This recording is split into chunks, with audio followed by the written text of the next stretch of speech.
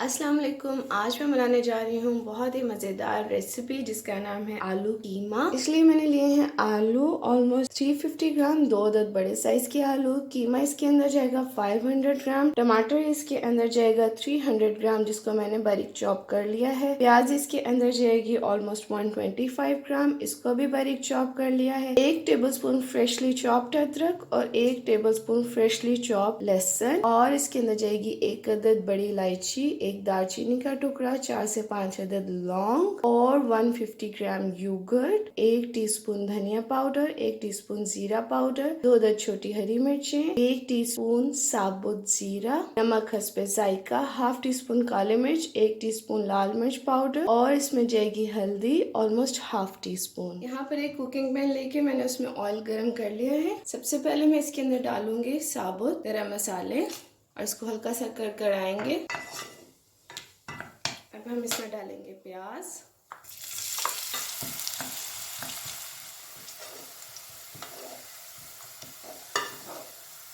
यहाँ पर अब हम इसमें अदरक लहसुन डालेंगे।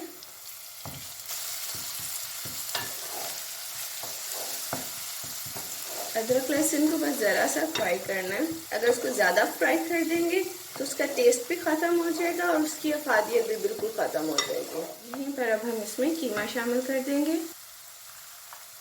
कीमे को अच्छी तरह से धोकर उसको निचोड़ लें, फिर उसको शामिल करें।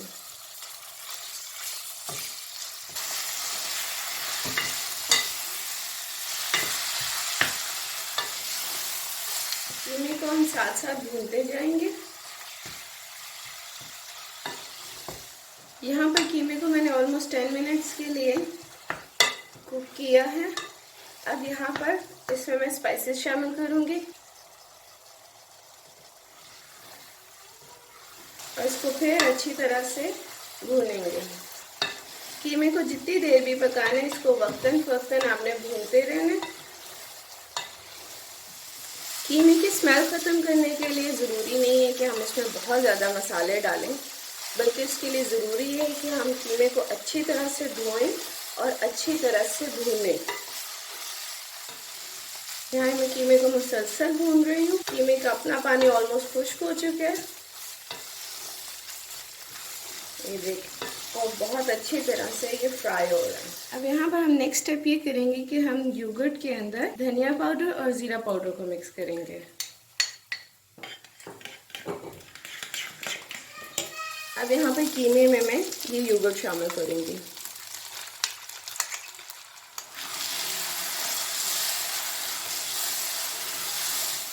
योगर्ट शामिल करके इसको भूनेंगे। साथ ही यहाँ पर हरी मिर्चें शामिल कर देंगे।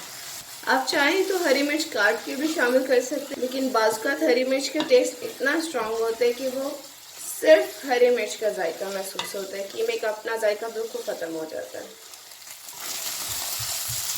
यहाँ पर कीमा अच्छी तरह से भून चुका है। अब मैं यहाँ पर इसमें टमाटर शामिल करूँगी। टमाटर शामिल करके यहाँ पर मैंने आंच धीमी कर दी है। इसको थोड़ी देर के लिए ढककर पकाएंगे। टमाटर जो हमने डाले थे बिल्कुल टेंडर हो चुके हैं। इसको यहाँ पर थोड़ा सा और भूनेंगे।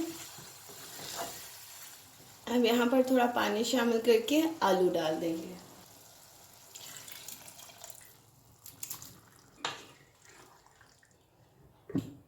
आलू डालकर अब हम इसको दोबारा ढककर पकने के लिए रख देंगे और उस वक्त तक पकाएंगे जब तक कि आलू गल जाएं। अब हम चेक करते हैं, आलू गल गए, ऑलमोस्ट गल चुके हैं।